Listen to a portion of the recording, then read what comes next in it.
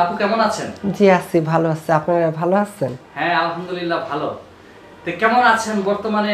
কি কি সুখে আছেন না একটু কি যদি। সুখে আছি এখন বলতে গেলে দেশের যে অবস্থা, করোনা মরনা, কাজ কাম নাই। হ্যাঁ এখন বলতে গেলে তো অনেক কিছু, শুধু আমার একার জন্যই না, সবারই চিন্তায়। হ্যাঁ লকডাউন টকডাউন আসছে দেশে, আর করোনার জন্য সবাই কেউ কেউ ঘরে আছে, কেউ কেউ বাহিরে আছে। হ্যাঁ। এই নিয়ে আছে, আল্লাহ পাক রাখছে সবাইকে ভালো, এটাই।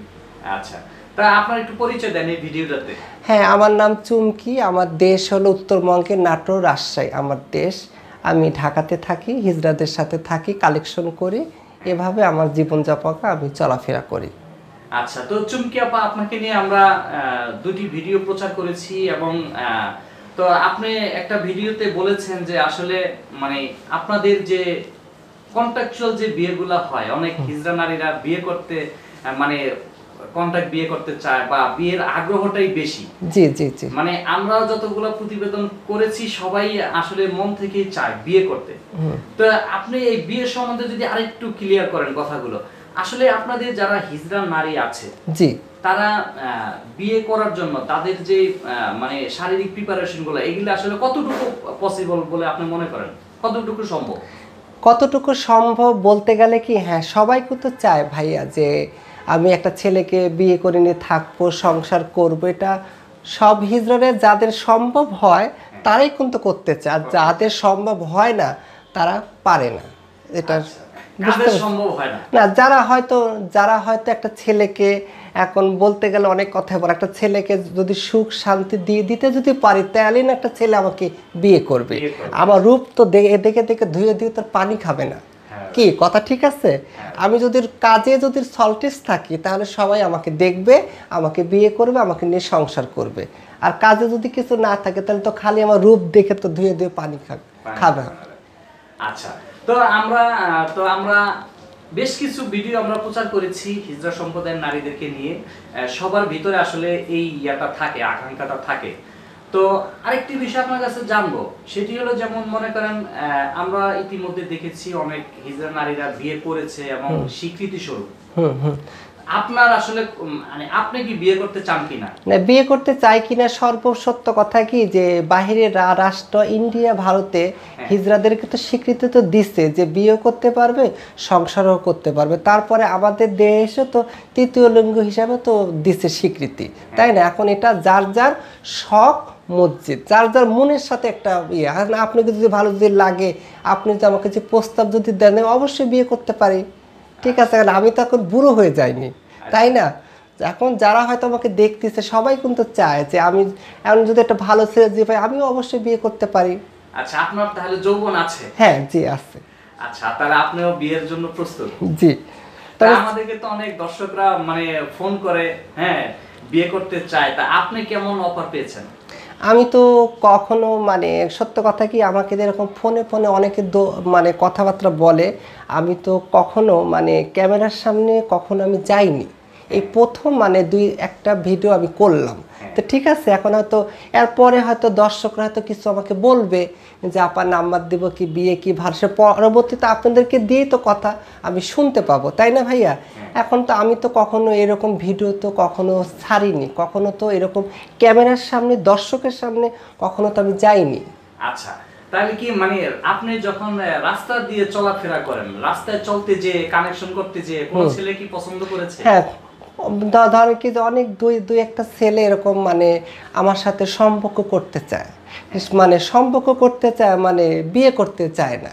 ঠিক আছে, বিয়ে করতে চায় না। যেরকম আমি বলি, যেরকম ঢাকাতে কথা বললে অনেক কিছু হয়, ঢাকাতে কিন্তু অনেক মানুষই দেশে কি করে বউ বাচ্চা থুয়ে মেসে ভাড়া থাকে। ঠিক আছে, মেসে ভাড়া থাকে, আর হিজড়াদেরকে দেখলেই ওদের জ্বালা বেড়ে যায়।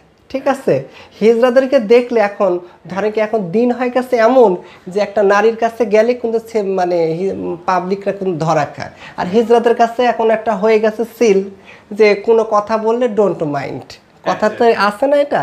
এখন অনেক ছেলেরা কিন্তু, বেশিরভাগই কিন্তু যারা বয়স্ক হোক আর মধ্য পরিবার, ওরা কিন্তু বিয়ে শাদী করে বউ বাচ্চা দেশে তুই আসছে। এই যে কিছুদিন আগে কাঁঠাল বাগানে একটা লোকের দুইটা বউয়ের মধ্যে একটা বউ নাই, তারপর আবার আরেকটা বউ না নাকি গেছেন আমার সাথে, সে শারীরিক সম্পর্ক করতে চায়।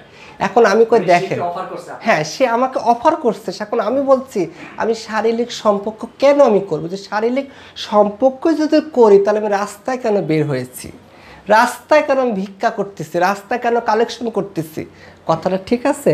আমাকে বিয়ে করলে আমাকে তুমি ঘরে রাখো, আমি রাস্তায় বের হব না, আমি তোমার সংসার করব, আমি ঘরে দুয়ারে থাকবো, তোমার সেবা করব। ওই তো মানে আমার সাথে সম্পর্ক করতে চাবে ক্ষণিকের জন্য, ক্ষণিকের জন্য কে রাখে? মানে শারীরিক সম্পর্ক করতে চায় কিন্তু জি বিয়ে করতে চায় না, বিয়ে করতে চায় না। তারপরে এরপরে যখন আমি একটা চ্যানেলের সামনে যখন আসছি, দর্শক যখন আমাকে দেখতেছে, যদি ভালো কোনো ছেলে যদি পাই তাহলে আমি করতেও পারি। তার মানে আপনার আশা আছে যে হ্যাঁ। আমাদের এই ভিডিও দেখে যদি কেউ পছন্দ করে জি, জি। তাহলে আপনি মানে সেটা মানে গ্রহণ করবেন নাকি? জি, একটা যদি ভালো ছেলে যদি পাই, ছেলেটা ভালো, আমার সুখ দুঃখ সে বুঝতে হবে, ঠিক আছে? এই যে কেউ না বলে যে টাকা থাকলেই কিন্তু হয় না, মন লাগে, দিল লাগে, ঠিক আছে? ওরকম ভালো ছেলে হলে আমি বিয়ে করতে পারি, ঠিক আছে? আর এরকম যেরকম রাস্তাঘাটে মানুষে যারা থাকে টোকাই মোকাই, ওদের সাথে তো আমার জীবনটা দিয়ে তো বরবাদ করতে আমি চাই না, আমি সঠিক পথে থাকতে চাই, সঠিকভাবে চলতে চাই। আচ্ছা, তো আমাদের এই ভিডিও দেখে যদি কেউ পছন্দ করে তাহলে মানে কি করবেন সেক্ষেত্রে? যদি পছন্দ যদি করে আপনাদের দ্বারা যে ভালো লাগে তো করতে পারি, যদি আমাকে প্রপোজ যদি করে, আমাকে যদি যদি বলে যে হ্যাঁ আপা আপনাকে আমার কথাবার্তা ভালো লাগছে, মানুষে না বলে যে মানুষের হিজড়া কখনো গায়ে লেখা থাকে না, আমি কি হিজড়া কি পতি কি বন্দি, আমি কিন্তু একই মানুষ। আপনি যে আমার ভিডিওটা নিচ্ছেন, আপনি যে আমার সাথে কথা বলতেছে, একই কিন্তু মাটি, ঠিক আছে? হিজড়া কখনো গায়ে লেখা থাকে না। তবে কি কিছু কিছু মানুষ মানে ক্রিটিসাইজ করে, রাস্তায় যদি যাই একটা ছোট বাচ্চা দেখলে কয় আম্মু হিজড়া হিজড়া, আমরা কিন্তু শুনতে পাই। হ্যাঁ সেটা ঠিক। এই যে এখন আপনার যে লুক আছে, যদি আপনি না বলতেন যে আপনি হিজড়া, তাহলে তো দর্শকরা বুঝতে পারতো না, বা আমরা যদি মানে উচ্চারণ না করতাম, জি জি জি জি। এই কথাটি না, শব্দটি না নিয়ে আসতাম, তাহলে বোঝা যেত না। হ্যাঁ তো মানে আপনি যেমনটা বললেন যে যদি কোনো দর্শক আপনাকে পছন্দ করে আপনিও বিয়ে করার জন্য প্রস্তুত, জি। তো আপনার মনের কোনো কথা আপনি বলতে চান কিনা, মনের একান্ত কোনো কথা? মনের একান্ত কথা কি বলতে কি ভাইয়া, প্রত্যেকটা মানুষের তো চায় যে ভালো একটা ছেলে পেলে আমি সেটা যদি সেরকম যদি আসে, আমি তাকে মন দিয়ে তাকে ভালোবাসে তাকে সংসার করতে চাই, ঠিক আছে? এটাই মনের কথা।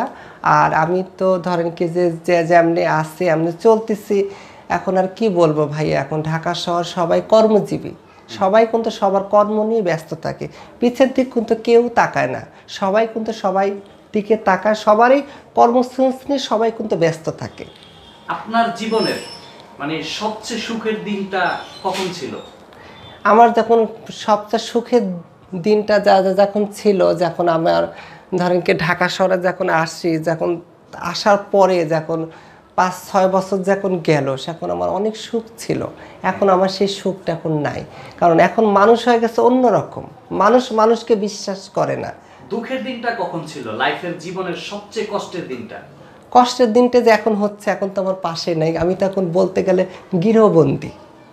আচ্ছা, তো মানে সর্বশেষ আপনি যদি আমাদের দর্শকদের উদ্দেশ্যে কিছু বলতে চান, দর্শকরা যারা ভিডিওটা দেখছে তাদের উদ্দেশ্যে যদি কিছু বলতে চান আপনি? আমি দর্শকের উদ্দেশ্য বলতে চাচ্ছি যে যারা আমার ভিডিওটা দেখবেন, আমি এখানে কোনো খারাপ কিছু যেখানে বলিনি, যেটা সত্য একটি মানুষের জীবনে সত্য ঘটনা, মানুষকে যখন দেওয়ালে যখন পিঠটা যখন ঠেকে যায়, সেখন একটা মানুষ একটা কথা প্রচার করে দর্শকের কাছে, মনের কাছে প্রচার করে কথাটা বলার জন্যে আমার এটা, সবাই দেখবেন, এতে আর কি বলবো, সবাই ভালো থাকবেন, সুখে থাকবেন, আমার জন্য দোয়া করবেন। আচ্ছা, আরেকটা কথা আপনার কাছে, আরেকটা প্রশ্ন, সেটা হলো যে আপনার উদ্দেশ্য মানে কোনো ছেলেকে বিয়ে করা, নাকি আপনার মনের কথাটা বলা, না আপনার জীবনে যে ঘটে যাওয়া যে কষ্ট এই কথাগুলো প্রচার করা, কি কারণে আপনি ক্যামেরার সামনে আসা? আমি ক্যামেরার সামনে আসছি, আজ আমি ঢাকা শহরে এতটা বছর ধরে আসছি, আমার নাম কি জালাল, নাকি আমার নাম চুমকি, না কি, আমাকে কিন্তু কেউ চিনে না। আমাকে চিনে যদি আমি যাদের সাথে কাজ করি, যাদের সাথে আমি কালেকশন করি, আমার গুরুমা আর আমার বান্ধবীরাই আমাকে চিনে, দেশে বিদেশে আমাকে কেউ চিনে না। এখন আমি দেখি যে চিনতে হলেও তো একটু সামনে এগুনের দরকার, তাই আমি এখানে আসছি। সম্মানিত দর্শক, চুমকি আপুর যে মনের কথাটি ছিল সেটি হয়তো আপনারা ইতিপূর্বে জেনেছেন। আমরা যতটুকু পেরেছি তার মনের কথাগুলো খুঁজে খুঁজে বের করার চেষ্টা করেছি। তো তিনি ছোটবেলায় জালাল নামে পরিচিতি ছিলেন, ছোটবেলায় বেড়ে উঠেছেন। তারপরে তার শারীরিক গঠন এবং দৈহিক মানে পরিবর্তনের কারণে তিনি আজ জালাল থেকে চুমকি হয়েছেন এবং তিনি বর্তমানে একজন তৃতীয় লিঙ্গের নারী। তো তিনি যেমনটা বলেছেন যে তার জীবনে তার যৌবন আছে, তিনি চাইলে কাউকে সঙ্গী করে নিতে পারেন, তাকে সব ধরনের চাহিদা সুখ তার মেটাতে পারবেন, কিন্তু তাদের বাসনা থাকে কোনো একজন সঙ্গী পেলে বিয়ে করার। তো আজকের ভিডিওটি যদি আমাদের যে প্রচার করা ভিডিওটি আপনাদের বিন্দুমাত্র ভালো লেগে থাকে তাহলে চ্যানেলটি সাবস্ক্রাইব করে আমাদের সাথে থাকুন এবং বরাবরের মতো আপনাদের শুভকামনায় আজ বিদায় নিচ্ছি। ভালো থাকুন, সুস্থ থাকুন, আল্লাহ হাফেজ।